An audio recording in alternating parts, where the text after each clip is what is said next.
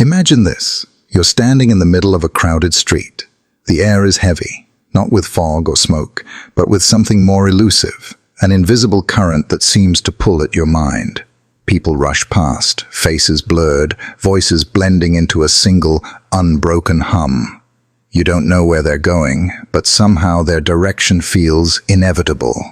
Then, without realizing it, your feet begin to move in the same way. You didn't decide. It just happened. It feels harmless, comforting even. But what if I told you that this quiet surrender, this subtle aligning of your steps to theirs, is the same force that has toppled empires, birthed revolutions, and, at times, driven entire civilizations into madness? What if the real danger isn't the tyrant shouting orders, but the crowd obeying them in perfect unison? Think about the last time you disagreed with everyone around you. Your heart sped up, your mouth went dry. Maybe you stayed silent. Maybe you changed your answer, not because you believed you were wrong, but because it was easier to match the rhythm of the room. This isn't just peer pressure from childhood. It's something older, deeper, woven into your very nervous system. And here's the paradox. This same force that makes us follow the crowd also makes us feel safer, connected, and part of something bigger than ourselves. We crave it. We fear being outside of it. And so, without realizing, we become fluent in the unspoken language of conformity. The nods, the half smiles, the carefully chosen words that say, "I'm still one of you." But in that language is a silent threat. The more fluent you become, the harder it is to remember your own voice. Ask yourself, have you ever truly chosen your beliefs, or have they been chosen for you, shaped by the swarm of opinions and emotions swirling around you? Could you even tell the difference? This is where the unsettling question takes root. When a whole society moves in one direction, is it because they've discovered the truth, or because they've forgotten how to think alone? You've seen it before. Mass panics that erupt from rumors, markets that rise and crash because of collective emotion rather than logic, political movements that sweep through populations like wildfire. It feels rational when you're inside it. The slogans make sense, the fear feels justified, the excitement contagious. And yet, step outside that current, even for a moment, and you begin to see it for what it is. A living organism made of millions of minds, pulling you somewhere you might not have gone on your own. Here's the danger we rarely name. You can be part of that organism without knowing it. In fact, it works best when you don't know. Maybe it's not mass psychosis in the clinical sense. No shared hallucination, no hypnotist holding the strings. Maybe it's something simpler, but no less powerful. Herd behavior. The deep, primal pull to align yourself with the many, even if the many are wrong. But then, what is wrong? If the majority decides something is true, does that truth become real simply by the weight of agreement? Can a lie become a reality if enough people believe in it passionately enough? And if so, what does that mean for your grip on reality? The terrifying possibility is this. Your perception of the world, your sense of what is real, what is good, what is worth pursuing, may be less the product of your own thought and more the echo of a crowd's momentum. And so, you begin to wonder, if my mind can be steered by invisible currents, what else in my life is not truly mine? The opinions I defend, the enemies I believe I have, the values I call core to who I am. You might think, I'd notice if I were being swept away. But would you? If the water was warm enough, if the current was slow enough, wouldn't it feel like your own choice to drift? This is the knife edge we live on. At one end lies belonging, unity, and safety. At the other, blind obedience, unthinking consensus, the slow death of individuality. And somewhere in between is you, caught between the primal comfort of the crowd and the lonely terror of standing apart. So here's the question that will follow you through this exploration. If you could step outside the crowd's current and see with your own eyes, would you still recognize the world you've been living in? Or would it look like a stranger's dream you've been wandering inside? You may think you already know the answer, but that's what everyone thinks, until the moment they realize they've been walking in someone else's footsteps all along. And this is where our journey begins. Not with the crowd, but with the quiet, hidden machinery inside you that makes the crowd so impossible to resist. Beneath the surface of your daily life, there's a mechanism that operates without asking your permission. It is older than your language, older than your culture, so old it hums in the bones of every creature that survives in groups. It is not a flaw. It is an adaptation. And like all adaptations, it keeps you alive until the day it begins to kill you. Carl Jung once said, "The larger the crowd, the more negligible the individual." He wasn't speaking of numbers alone. He meant that something in us changes the moment we dissolve into the mass. Your instincts reorder themselves. You no longer ask, "What is true?" You ask, "What do we believe is true?" This shift is subtle but total. It's why ancient tribes moved together as one body during a hunt, why early villages turned their faces in the same direction when danger threatened. The survival of each depended on the instinctive alignment of all. In that environment, independence could mean death. Safety was the group's heartbeat. But here's the paradox. What once kept us alive in the savannah now quietly imprisons us in cities, offices, and nations. The predator we flee today is often imaginary, yet we run just the same, our minds bound by the same old tether. Nietzsche warned of the herd morality, the unquestioned norms that spread not because they are good or true, but because they are easy to believe when everyone else believes them. To step away from them is not simply to disagree. It is to violate something primal. You may feel it in your stomach before you feel it in your mind. The cold sting of being alone against many. Why does it sting so much? Because your nervous system is wired to read social rejection as danger. 1,000 years ago, rejection meant abandonment. Abandonment meant you would face the wilderness without the eyes, ears, and hands of the group. Your body still reacts to disagreement as if a pack of wolves were circling.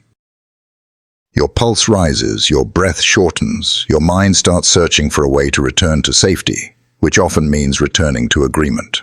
Arthur Schopenhauer saw this as the tragedy of human freedom. We are capable of independent thought, yet our will is bent by invisible pressures we cannot see. It is not simply the opinions of others that weigh on us. It is the unspoken threat of isolation, the shadow of exile that lives in the collective unconscious. And so we obey, not always to authority, but to atmosphere. A room filled with certainty makes dissent feel like heresy. Silence in that moment feels like virtue, when in truth it is submission disguised as harmony. This is where Aldous Huxley's warning in Brave New World slips into reality. You do not need iron chains to enslave a population. All you need is the right blend of comfort and consensus. People will trade their right to think for the relief of not having to. They will accept the decisions of the group because those decisions feel like belonging. You may imagine yourself immune. Perhaps you see yourself as the independent thinker, the skeptic. But even skepticism can become a herd when enough skeptics gather, repeating the same doubts until they harden into another orthodoxy. Herd behavior does not care what the creed is, only that there is a creed. Viktor Frankl, who knew the cruelty of true collective madness, spoke of the need to find meaning that transcends the crowd. Without that meaning, the human being is swept away by whatever current is strongest at the moment. It doesn't matter whether the current is political, religious, cultural, or even scientific. If you never pause to ask why, the stream will carry you to places you never meant to go. And here's the bitter truth: your culture does not encourage you to pause. Modern society is designed to reward speed, efficiency, and alignment. Algorithms feed you what the majority already approves of. News cycles reward what can be shared instantly, not what can be contemplated deeply. The more connected we become, the more our minds mirror the pulse of the collective rather than the slow, stubborn rhythm of our own judgment. We do not see the cage because it is transparent. We call it consensus, popular opinion, common sense. But common sense is often just common fear, dressed in the clothing of reason. It tells you, don't think too far outside the circle. Don't speak too loudly against the music everyone else is dancing to. You don't want to be the one standing still while the crowd moves. Jean-Paul Sartre might say this is the moment you stop existing as a true self and begin existing as the look, the version of you defined entirely by how others see you. When the gaze of the crowd becomes your mirror, your own reflection begins to vanish. And this vanishing doesn't happen in a grand dramatic gesture. It happens in 1,000 small moments. You laugh at a joke you don't find funny. You nod when you disagree. You avoid a question because the answer will make things awkward. These are the pebbles. The avalanche comes later. Here is the unspoken danger. Herd behavior is not merely an external pressure. It is an internalized compass. Over time, it becomes impossible to tell where they end and you begin. Your instincts for truth and falsehood are rewired, calibrated to the collective mood rather than reality itself. This is the hidden problem.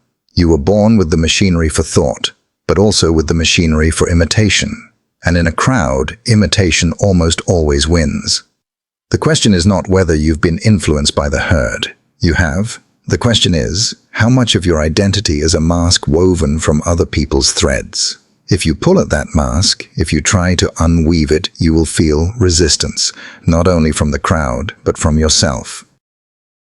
Because somewhere inside you have come to believe that without it, you will be nothing. And so we arrive at the precipice, the understanding that herd behavior is not an occasional lapse in independent thought, but a deep structure of your mind, one that must be seen clearly before it can be resisted. It begins quietly, a compromise here, a silence there, a small agreement with something you don't fully believe, because saying otherwise feels too costly in the moment. No disaster follows, no punishment descends, only the soft reward of fitting in. And so it happens again, and again, until one day, the small concessions have merged into something larger, the slow erosion of your capacity to stand apart. By the time you notice, you're no longer simply in the crowd, you are made of it. This is the first unseen consequence. You begin to mistake familiarity for truth. The more often you hear an idea repeated, the more solid it feels in your mind. Psychologists call it the illusory truth effect. Repetition plants a seed so deep that it bypasses rational scrutiny. You don't recall the moment you agreed with it. It feels like you always did. And here is the cruel irony. The more intelligent you are, the better your brain is at building narratives to justify what you've already absorbed. You think you've reasoned your way to these conclusions, when in reality, you've merely become fluent in explaining the crowd's logic. The second consequence is more insidious, emotional contagion. We speak often about spreading ideas, but emotions travel faster than reason. Neuroscience shows that your brain contains mirror neurons, cells that fire both when you act and when you see someone else act. This is why you can feel another person's anxiety without them saying a word, or why collective panic can ripple through a population faster than any fact check can catch it. Fear is the most contagious of all. One panicked voice becomes 10, then 100, and soon you're running, not because you've seen the danger yourself, but because everyone else is running. By the time you stop to ask what you're running from, it's too late to slow down. Entire markets collapse this way. Wars begin this way. Cults grow this way. But the third consequence is the most dangerous, the narrowing of the Overton window, the invisible boundary of what can be said without being cast out. Inside the window, you may speak freely. Outside it, your words become unacceptable, radical, insane, or dangerous. This boundary is not fixed. It shifts with the mood of the crowd. And when it shifts, history is rewritten in real time. Heroes become villains. Truth becomes conspiracy. Memory becomes clay in the hands of collective agreement. If you doubt this, look at how swiftly public opinion can reverse.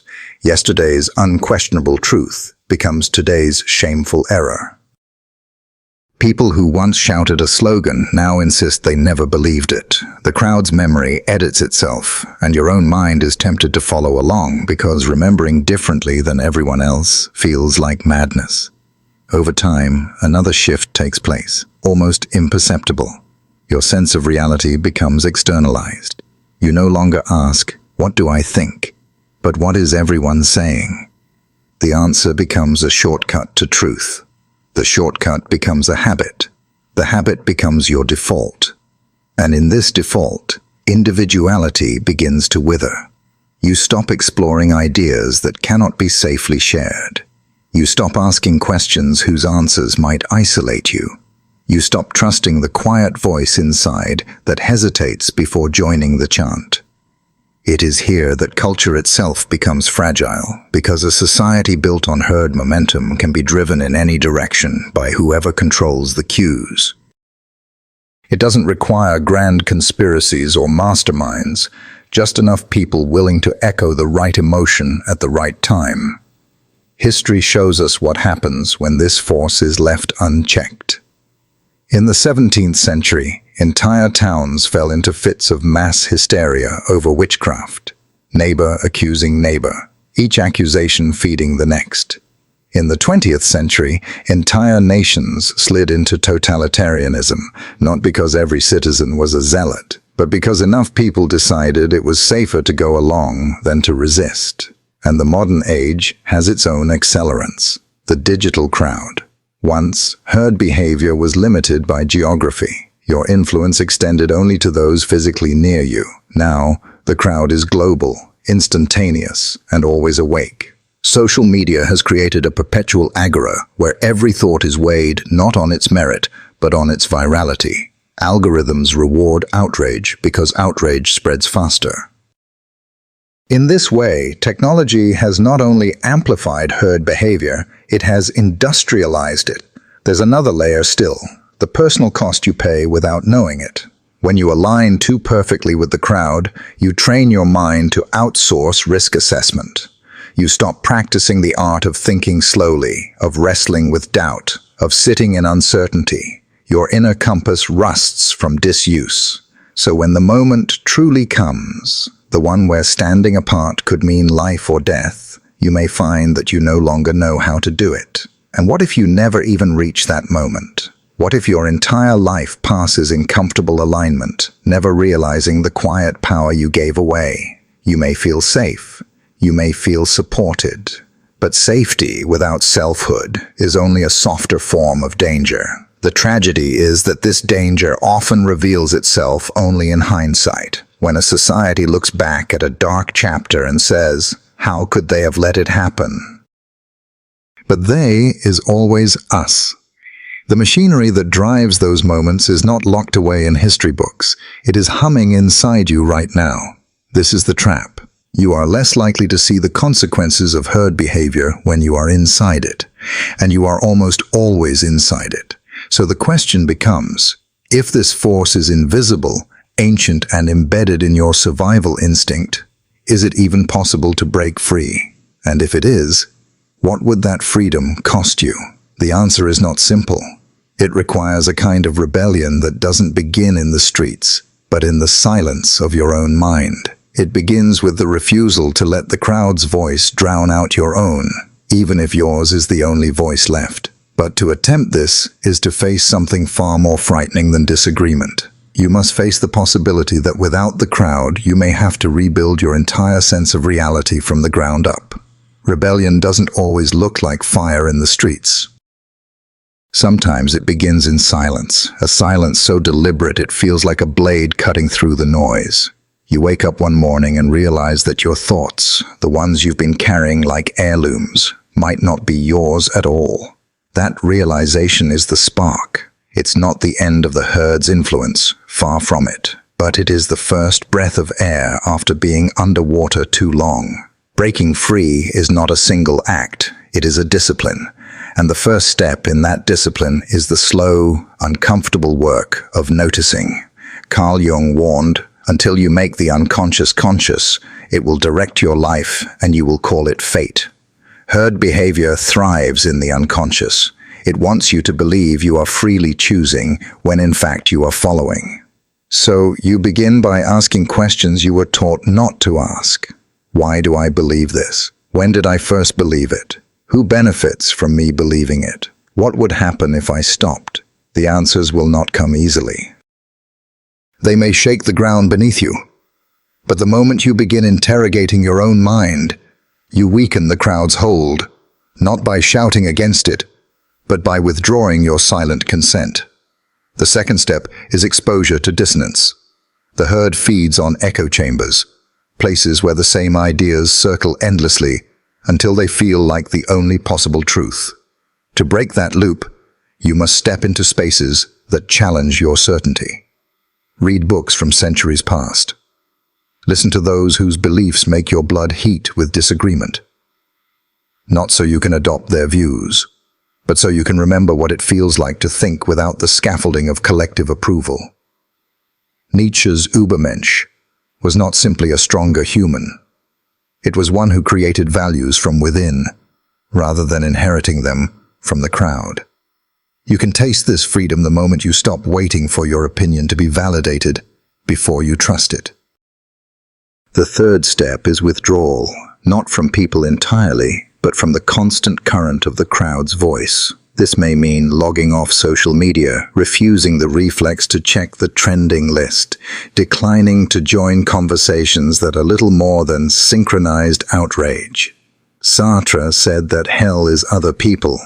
But sometimes hell is not other people themselves. It is the constant awareness of their gaze. Without that gaze, you can begin to see what remains of you when no one is watching. But here is where the work becomes dangerous. The more you separate from the crowd, the more you will feel the cold of exile. The herd will not applaud your independence. It will suspect you. Some will call you arrogant. Others will call you lost. Many will try to pull you back, not out of malice, but because your refusal threatens the stability of their own alignment. This is the fourth step, learning to endure the discomfort of being out of sync. Viktor Frankl spoke of meaning as the ultimate human freedom, the one thing no circumstance can take away. If you anchor yourself to meaning that is larger than approval, you can survive the cold. Your meaning might be a personal code, a vision for your life, or a truth you've tested and found unshakable. Whatever it is, it must be strong enough to outlast the loneliness that comes with holding it. Look to history, and you will find that every person who altered the course of their time had to endure this exile. Galileo before the church, Rosa Parks on the bus, Alexander Solzhenitsyn in the Gulag. They did not wait for consensus before acting. They acted, and consensus bent slowly toward them. But do not romanticize it. Freedom from the herd is not a permanent state. The pull never vanishes. You will feel it in moments of fear, uncertainty, and longing. Which brings us to the fifth step, vigilance. Every day, you will be tempted to outsource your thinking again. The crowd offers you ready-made convictions, simple enemies, and instant belonging. All it asks in return is your surrender. To resist, you must practice what philosopher Hannah Arendt called the banality of thinking, the everyday, often boring act of pausing before you agree, of holding an idea up to the light and turning it over until you see all its cracks. Thinking is not glamorous, but it is the only rebellion that lasts. And here lies the strange reward. As you grow stronger in this practice, you begin to see the herd not as an enemy, but as a force of nature, neither good nor evil, but dangerous if left unchecked. You stop wasting your energy on trying to convert everyone, and focus instead on building your own foundation so solid that no current can sweep it away. Imagine walking back into the crowd, not as one of them, but as someone who carries their own weather. You move among them without absorbing their panic, their rage, their certainty. You can nod without agreeing, listen without believing, and speak without needing to be echoed. This is not isolation, it is sovereignty. And yet there is a final step beyond sovereignty. One more layer to peel back, one more realization that will change not only how you see the herd, but how you see yourself. It is the understanding that even your desire to be free of the crowd is still, in some way, shaped by it. Freedom is not just standing apart, it is knowing what you stand upon. To reach that point, you must be willing to confront a truth that may dismantle the very image of yourself you've been building. It is a truth so simple and so vast that once you see it, you cannot unsee it. There comes a moment when you stand outside the current and realize something unsettling. The crowd was never out there, it was always in you. The voices you resisted, the slogans you refused, the opinions you doubted, they were only the surface. Beneath them, woven deep into your reflexes, lives the template you inherited from every group you've ever belonged to. Your language, your gestures, your very sense of right and wrong are shaped by the same collective forces you thought you had escaped.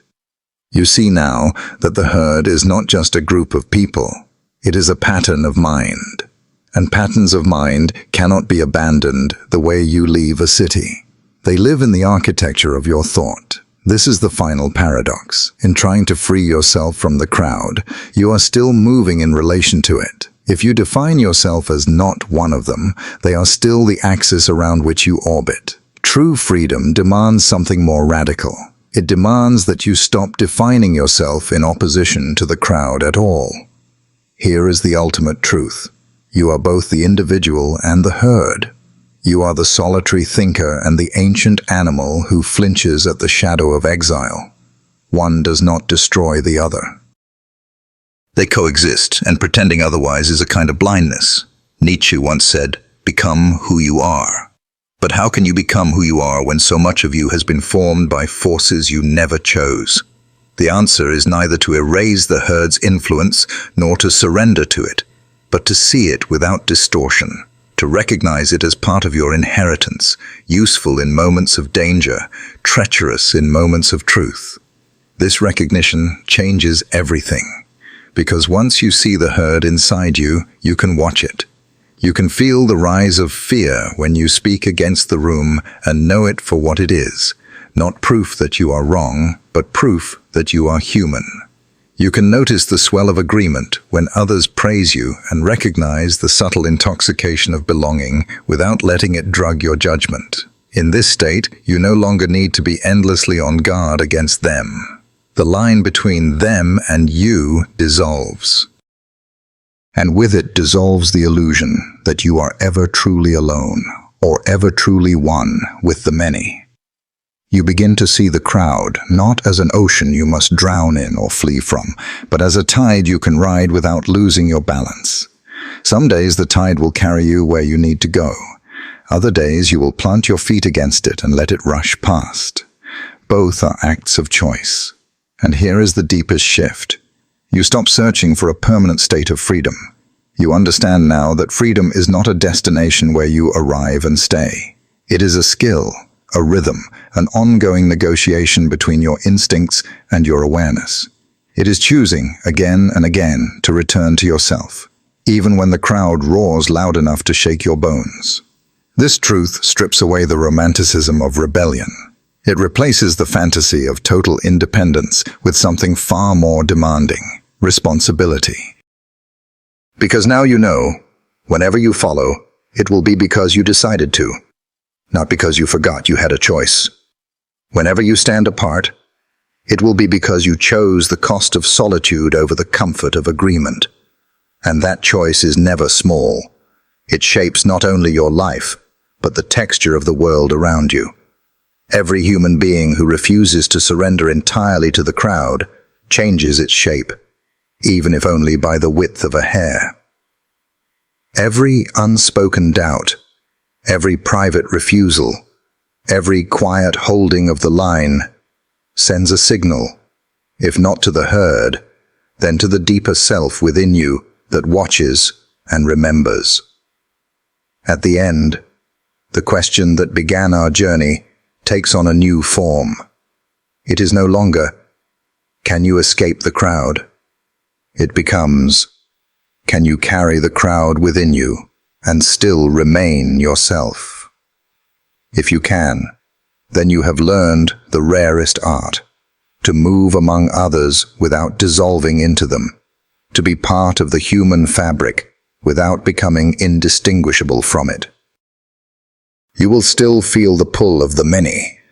You will still hear the hum of agreement and the sharp hiss of dissent. You will still be tempted by the safety of alignment and the thrill of rebellion. But now you will know what these voices are, and you will know which belong to you.